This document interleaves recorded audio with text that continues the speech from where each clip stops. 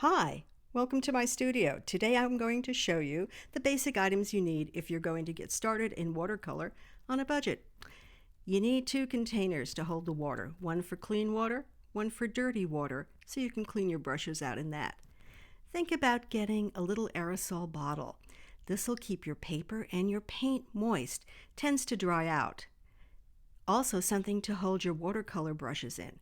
I don't like to lay them flat when they're wet. I like to dry them off with a paper towel and put them in a container. I use this fancy vase because I really don't ever use it for flowers. And brushes. I've had these Grumbacher brushes for a very long time, and you can get different kinds of brushes from various companies, but these are good. They're reasonably priced. I've had them for years. Also, something to draw on your paper. I use mechanical pencils. And if you make a mistake when you're drawing, get a kneaded eraser.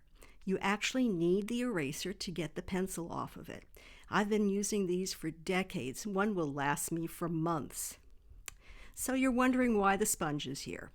Well, when I pick up paint, and if it's too much, I tend to dab the sponge.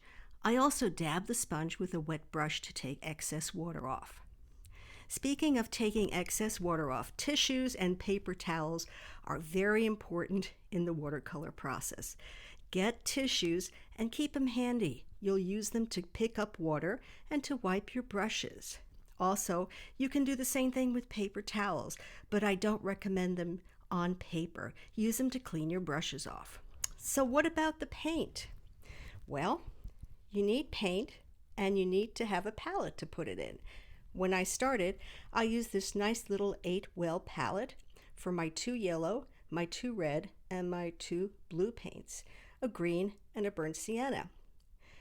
When I got more involved in painting watercolor, I moved on to a larger palette with multi-wells. You notice I used a lot more colors. This one's great. It's very solid, it stays closed, and I use it in the studio and when I'm on the road. Paper. Very important. I recommend starting out with a reasonably priced but good paper like these 2 manufacturers. You can get a couple of pads and you can work on both sides. I wouldn't recommend it unless the paper's dry. So this is your basic setup. It's not going to cost a fortune. If you're on a budget, it's a great way to go. So enjoy your day, enjoy your creative journey, and keep practicing.